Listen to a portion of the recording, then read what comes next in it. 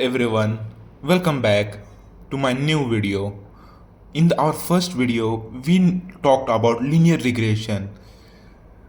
Now we are moving on to another fundamental algorithm in machine learning known as logistic regression. So, first things first, what is logistic regression? Despite its name, it's not really a regression in the traditional sense. Instead of predicting continuous value like house prices in linear regression, logistic regression is used for classification of data. For example, let's say you want to predict whether an email is a spam or not a spam. This is a yes or no decision, right? Logistic regression works perfectly here. It predicts the probability, but ultimately it decides which category something belongs to. So, how does it work? Let's get a technical without going overboard. Logistic regression is based on the same concept as linear regression. It models a relationship between input variables and an outcome. But here's the twist. Instead of a straight line, logistic regression uses a curve, specifically a type of curve called sigmoid function.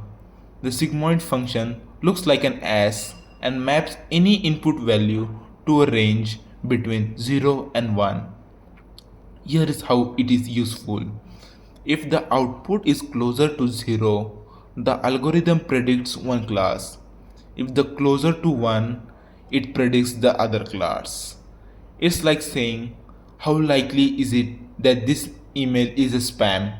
0.9 means likely and 0.1 means probably not.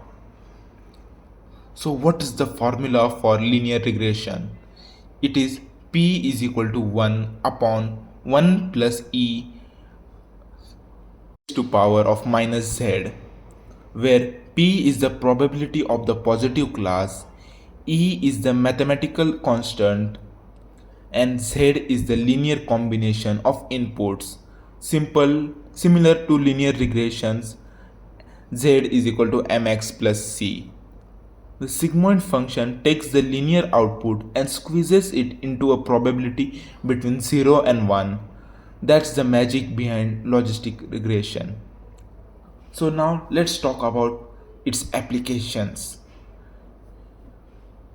It's one of the most widely used algorithm in real world application because of its simplicity and effectiveness. Here are some few examples where the application of logistic regression is used. First one, healthcare. Predicting whether a patient has a certain disease, a simple yes or no question.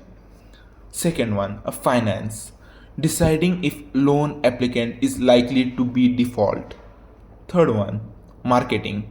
Determining whether a customer will click on an ad or make a purchase. And last but not the least, email filtering.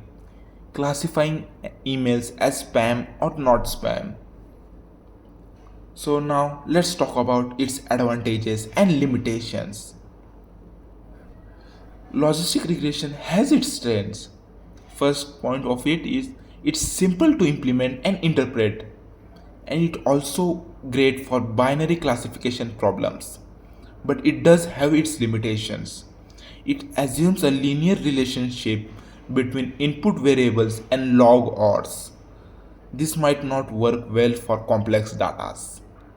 It struggles with multi-class classification unless we use techniques like one versus rest or softmax. And with this, I will like to wrap up my speech on linear regression and logistic regression in this video. Thank you all. See you next time.